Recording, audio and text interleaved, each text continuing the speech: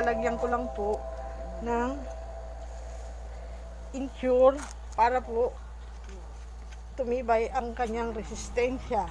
Yan, ito po ang kanyang Ensure na gatas.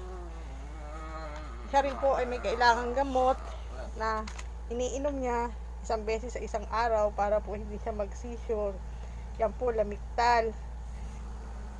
Ito po, Depakin.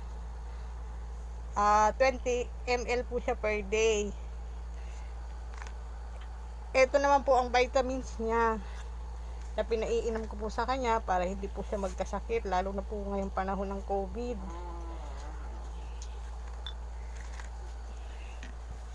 Ito po ang diaper niyang ginagamit, ganito pong size. Yan, medium po kasi malaki pa po sa kanya ang large. Pag tuwing inaatake po siya, kailangan ko lang po siyang lagyan ng oxygen para po hindi po siya kulangin ng oxygen sa utak. At yun na nga po, dahil po sa kalagayan niya, ni-required lang din po siya minsan ng doktor na dapat po naka-aircon siya para hindi po siya magkasakit ng pneumonia. Sa ngayon po kasi, wala po akong trabaho, kaya ako po ang nag-aalaga sa kanya.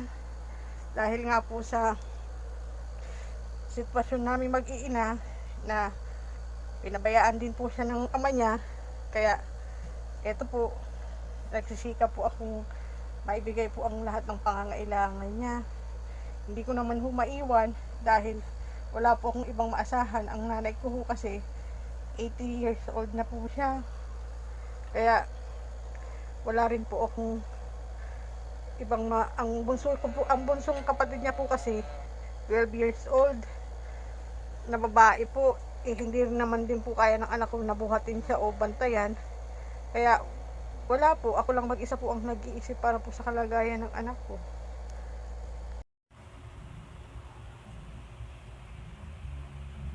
Kuya, nagpaparawisan laang. Kuya. Ay, naku. Kaya po ako lumalapit po sa inyo. Kasi po, wala na po akong trabaho ngayon dahil nga po sa COVID. Eh hindi ko naman po siya pwedeng iwan na sa nanay ko at matanda na. Hindi ko na rin ho kasi kayang magbayad ng katulong. Kaya ako po ngayon ang nag-aalaga sa kanya.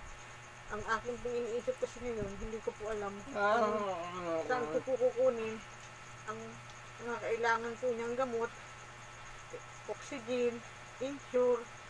Kaya sana po matulungan niyo naman po ang anak ko para po sa kailangan niya.